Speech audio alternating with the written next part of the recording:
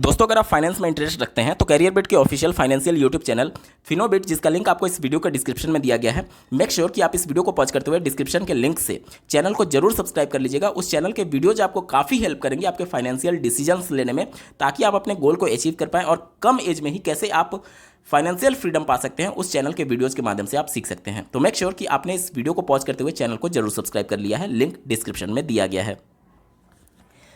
माननीय supreme court के 8 अप्रैल 2024 के जजमेंट के बाद से बहुत सारे राज्यों में जहां पर मामले अभी भी चल रहे हैं, जैसे मध्य प्रदेश, छत्तीसगढ़, बिहार, इन राज्यों में क्या होने जा रहा है और इन राज्यों के जो बीएड कैंडिडेट हैं उनके लिए क्या बीच का रास्ता निकाला जा सकता है। स्पेशली अगर मैं बात करूं मध्य प्रदेश की, क्योंकि मध्य प्रदेश नेक्स्ट वो राज्य है जहां पर 24 तारीख को ये मैटर डिसाइड होने जा रहा है।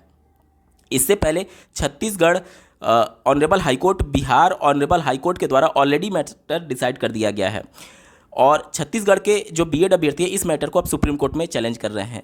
इसके अलावा स्टेट ऑफ बिहार के द्वारा जो 20 से 22 हज़ार छठे चरण से बीएड अभ्यर्थियों को माननीय पटना हाईकोर्ट ने अपने आदेश के आधार पर बाहर किया है, उसके रिव्यू के तौर पर स्टेट ऑफ बिहार माननीय पटना हाईकोर्ट का दरवाजा खटखटा चुकी है। तो क्या ऐसा कोई जजमेंट हाईकोर्ट के माध्यम से आया जा सकता है अगर राज्य सरकार मजबूत पैरवी करती है बीएड के संदर्भ में कि इनके लिए इनको बाहर ना निकाला जाए इस भर्ती से, जो ऑलरेडी सेलेक्ट हो चुके हैं और जो पद हैं उतने पद पर, यानी जितने पद पर बीएड सेलेक्ट हुए हैं उतने पद पर हम डीएलएड को भी चयन दे देंगे, जिससे डीएड और बीएड का विवाद ही खत्म हो जाएगा। क्योंकि ये विवाद इसीलिए है कि जो डीएड नहीं सेलेक्ट हुए, मेरिट में नहीं आ पाए हैं, वो अपनी नौकरी चाहते हैं। अगर उनको ही नौकरी दे दी जाए तो ये पूरा विवाद ही खत्म हो जाएगा। तो क्या इस प्रकार के बीच के फैसले पर हाईकोर्ट जजमेंट दे सकती है, स्पेशली मध्य प्रदेश की बात की जाए तो? इसके अलावा छत्तीसगढ़ वाले बीएड कैंडिडेट इस मामले को सुप्रीम कोर्ट में ले जा रहे हैं, तो वहाँ के कैंडिडेट के मन में ये शंका है कि कहीं ऐसा तो फिर से नहीं हो जाएगा कि जिस प्रकार से छत्तीसगढ़ में एक बार हाईकोर्ट ने जजमेंट दिया था कि बीएड की काउंसलिंग पर रोक लगाई जाती है, उसके बाद से बीएड वाले अभ्यर्थी सुप्रीम कोर्ट जाते हैं और अलग बेंच से एक कोर्ट ऑर्डर ले आते हैं इस बात को लेकर के कि हाईकोर्ट के फैसले पर रोक लगा दी गई है और बीएड अभ्यर्थी काउंसलिंग के लिए पात्र होंगे। तो क्या इस बार भी ऐसा कोई दूसरे बेंच में बीएड अभ्यर्थी जाते हैं तो क्या छत्तीसगढ़ के हाईकोर्ट के जजमेंट पर, जिसके अंतर्गत बीएड को बाहर किया गया है, उस पर रोक लगा दी जाए सुप्रीम कोर्ट के माध्यम से? इसके अलावा राइट टू लाइफ को लेकर के बहुत सारे बीएड अभ्यर्थियों के मन में शंका है कि क्या हमारी नौकरी बचाई जा सकती है। भारतीय संविधान में ऐसे बहुत सारे प्रावधान हैं और बहुत सारे पहले के जजमेंट हैं जिसमें ऑनरेबल कोर्ट के द्वारा जजमेंट दिया गया है कि एक बार नौकरी लग गई तो उसके बाद से सिस्टम से निकालना बहुत मुश्किल हो जाता है। तो ऐसे बहुत सारे प्रश्न जो आपके मन में उठ रहे होंगे उन सबका इस वीडियो में उत्तर ढूंढने की कोशिश करेंगे। अंत तक जरूर जुड़े रहिएगा। नमस्कार दोस्तों, मेरा नाम है नीरज, आप देख रहे हैं व्यू बिट यूट्यूब चैनल। अगर आप इस चैनल पर पहली बार विजिट कर रहे हैं तो इसको सब्सक्राइब करते हुए बेल आइकन को प्रेस करना ना भूलें। सबसे पहले मैं शुरुआत करना चाहूँगा उस पॉइंट को लेकर के जो कि कैरियर बिट पर लास्ट वीडियो में मैंने जो एमपी का कोर्ट ऑर्डर कॉपी आया हुआ था उसमें मैंने जिक्र किया था।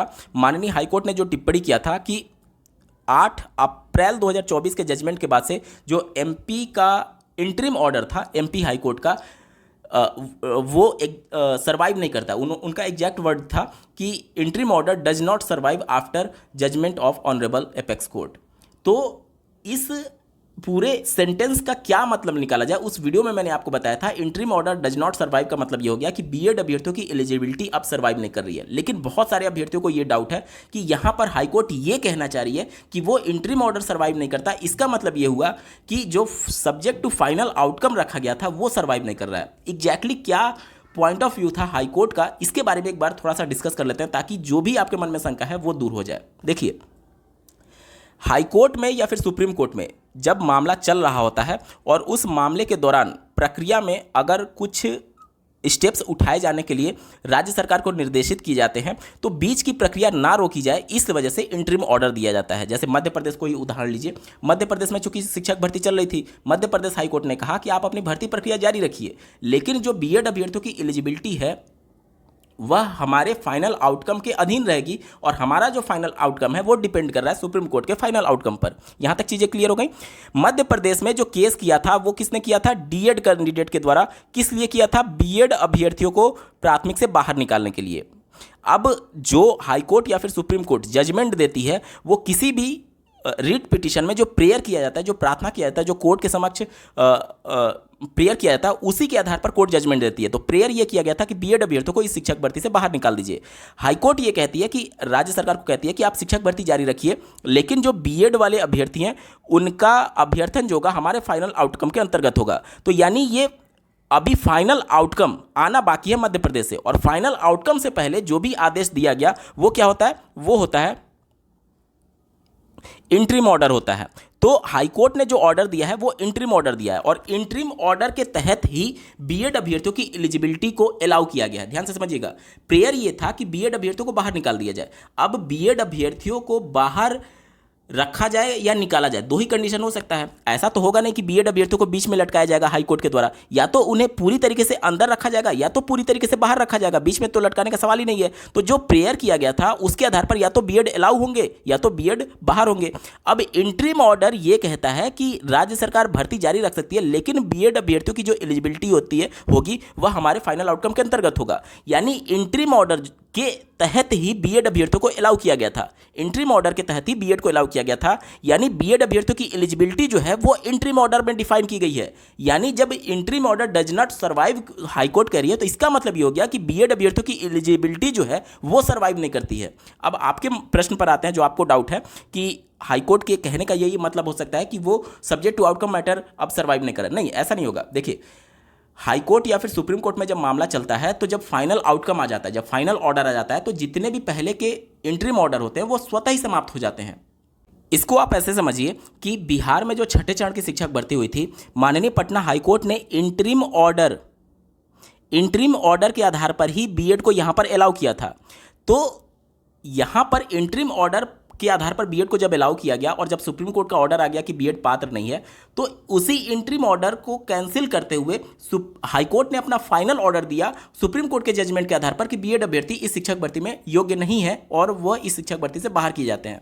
अब आप समझिए कि वही हाईकोर्ट अगर दूसरे राज्य की है तो वह उस जजमेंट को अलग तरीके से थोड़ी डिफाइन करेगी। इससे पहले 3 हाईकोर्ट ने जजमेंट दे दिया है, बिहार, छत्तीसगढ़ और उत्तराखंड, तीनों ने 11 अगस्त के आधार पर जो इंटरिम ऑर्डर था उसको कैंसिल करते हुए फाइनल ऑर्डर दिया है। तो मध्य प्रदेश हाईकोर्ट ने जो इंटरिम ऑर्डर दिया है बीएड अभ्यर्थियों को अलाउ करते हुए, लेकिन सब्जेक्ट टू आउटकम रखा था, इस वजह से interim order does not survive का मतलब ही ये हो गया कि हमने जो बीएड की एलिजिबिलिटी अलाउ की थी अब वो एलिजिबिलिटी सर्वाइव नहीं कर रहा है, और इसका मतलब ये हुआ कि अब बीएड अभ्यर्थी यहाँ पर सेफ नहीं हो सकते। ये डायरेक्टली हाईकोर्ट कहने का मतलब था।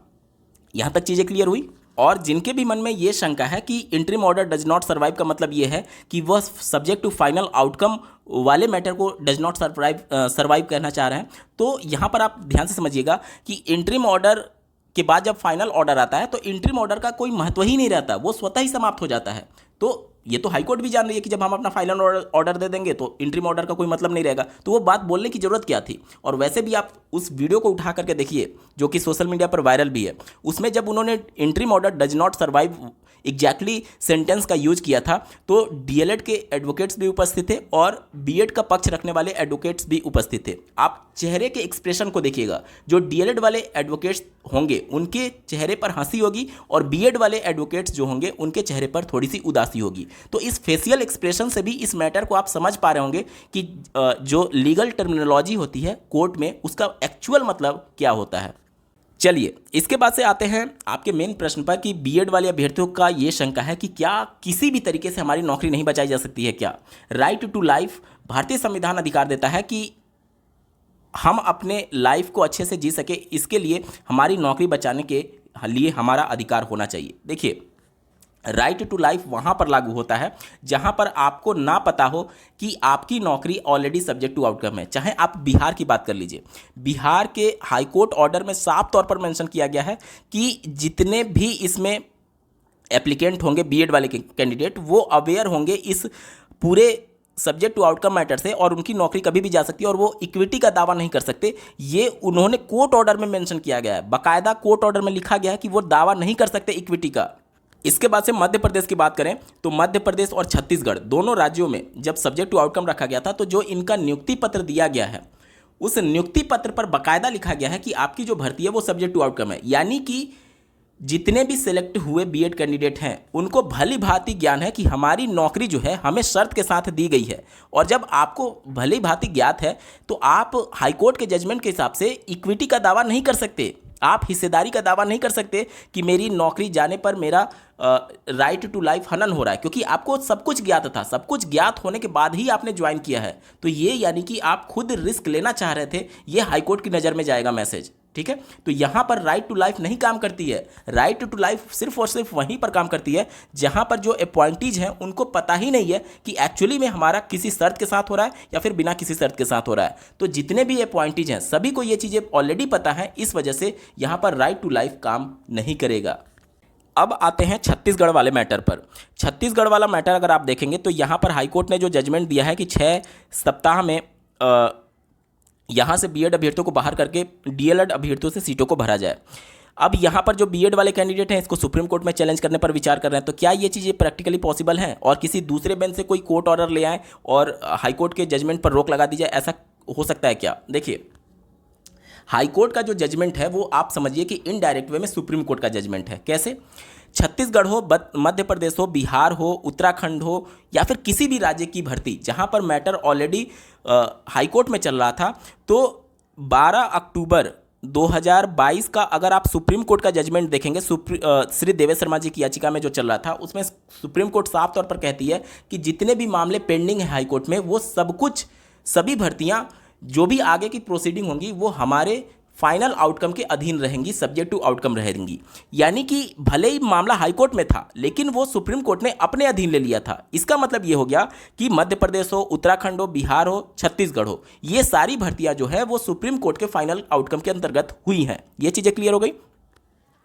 अब सुप्रीम कोर्ट का जो जजमेंट था 11 अगस्त का, उसमें कुछ चीज़ें क्लियर नहीं है, जिसको लेकर के एमपी का क्लेरिफिकेशन एप्लीकेशन दायर किया जाता है, जिस पर सुप्रीम कोर्ट ने खुद कहा है कि भले ये क्लेरिफिकेशन एप्लीकेशन है लेकिन हम अपने जजमेंट को रिव्यू कर रहे हैं। तो अपने जजमेंट को रिव्यू करते हुए उन्होंने कह दिया है कि हमारा जो जजमेंट होगा वो सभी राज्यों पर और सभी केंद्र शासित प्रदेशों पर लागू होगा। यानी कि जो अब 8 अप्रैल का जजमेंट आया है वो छत्तीसगढ़ पर भी लागू होगा, मध्य प्रदेश पर भी लागू होगा, बिहार पर भी लागू होगा और उत्तराखंड पर भी लागू होगा, सभी पर लागू होगा और इसके अलावा भी जितने राज्य हैं सभी पर लागू होगा।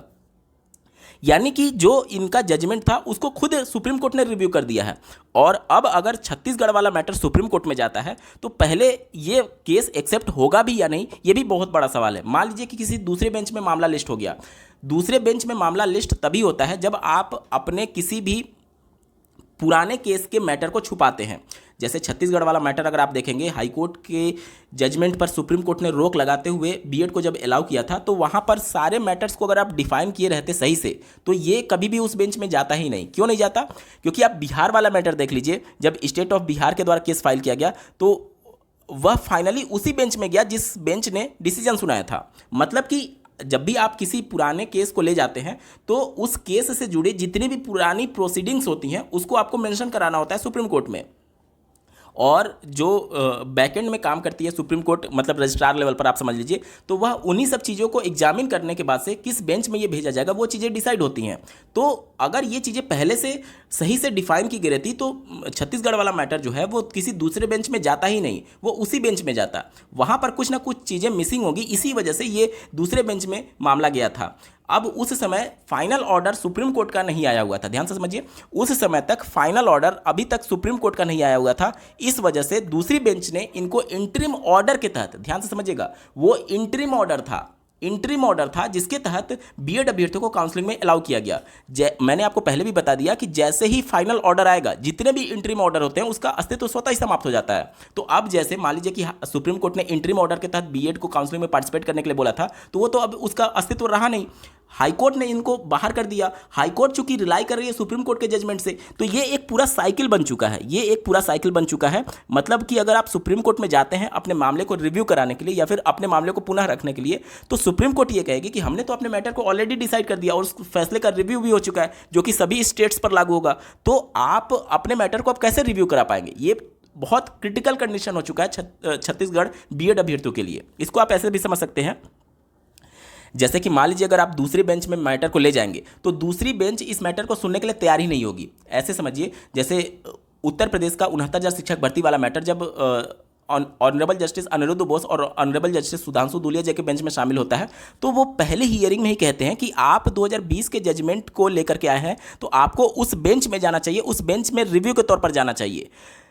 अब इसको आप ऐसे समझिए कि जब 2020 के जजमेंट पर जब मामले को चैलेंज किया गया तो उस फैसले के रिव्यू के तौर पर जाने के लिए सुप्रीम कोर्ट कह रही थी, यानी कि अब छत्तीसगढ़ वाला मैटर जाएगा तो छत्तीसगढ़ वाले मैटर को रिव्यू के तौर पर भेजा जाएगा, और रिव्यू ऑलरेडी सुप्रीम कोर्ट कर चुकी है, तो अब हर स्टेट के लिए अलग अलग रिव्यू थोड़ी करेगी, क्योंकि सुप्रीम कोर्ट ने अपने कोर्ट ऑर्डर में लिख दिया है। तो छत्तीसगढ़ वाला मैटर बहुत क्रिटिकल हो चुका है और सुप्रीम कोर्ट से भी राहत मिलने की संभावना लगभग खत्म हो चुकी है, और दूसरे बेंच में कोई इस पर राहत मिलने की संभावना भी खत्म है, क्योंकि दूसरा बेंच किसी भी दूसरे बेंच के मैटर में डायरेक्टली इन्वॉल्व नहीं होता है या फिर कोई भी इस प्रकार का आदेश नहीं देता है। चूंकि इससे पहले फाइनल आउटकम नहीं आया हुआ था, इसलिए इंटरिम ऑर्डर दिया गया था और वहां पर चीज़ें क्रिटिकल बताई गई थी कि छत्तीसगढ़ में ज्वाइनिंग हो रही है और इसलिए हमें राहत दी जाए। तो जब बहुत हड़बड़ी में या फिर इन तरीके से मामले को रिप्रेजेंट किया जाएगा तो सुप्रीम कोर्ट चूंकि सारे चीज़ों को एग्जामिन करके ही अपना जजमेंट दी होगी, यानी उन्हें लगा होगा कि चूंकि वहां पर मैटर क्रिटिकल है, हो सकता है कि ज्वाइनिंग दे दी जाए डीएलएड अभ्यर्थियों को और बीएड को मौका ना मिले,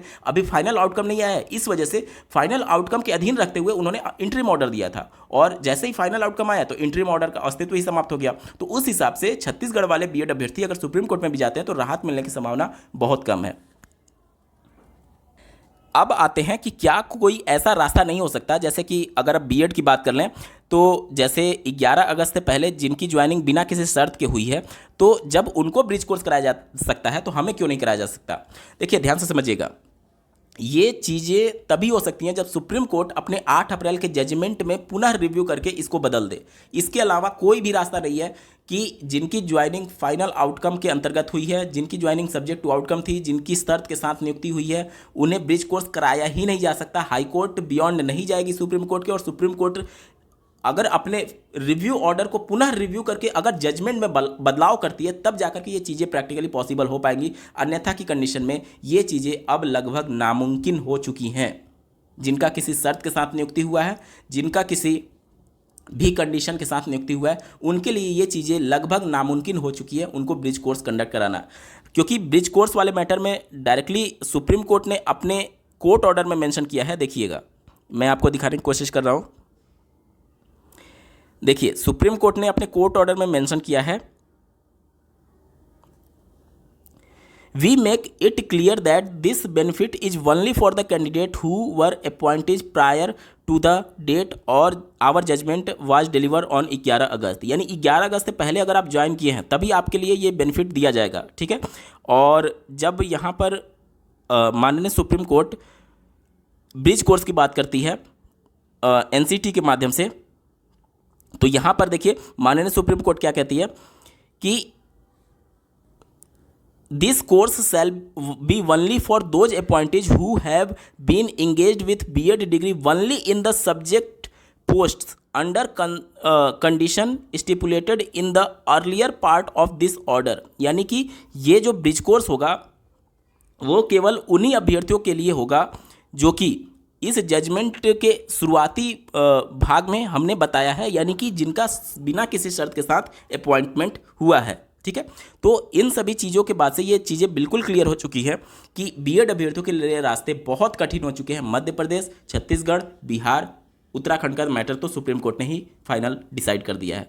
उम्मीद करता हूँ आप सभी के डाउट क्लियर हो गए होंगे। इस वीडियो को देखने के लिए आपका बहुत बहुत धन्यवाद। भगवान करे आपका दिन शुभ हो।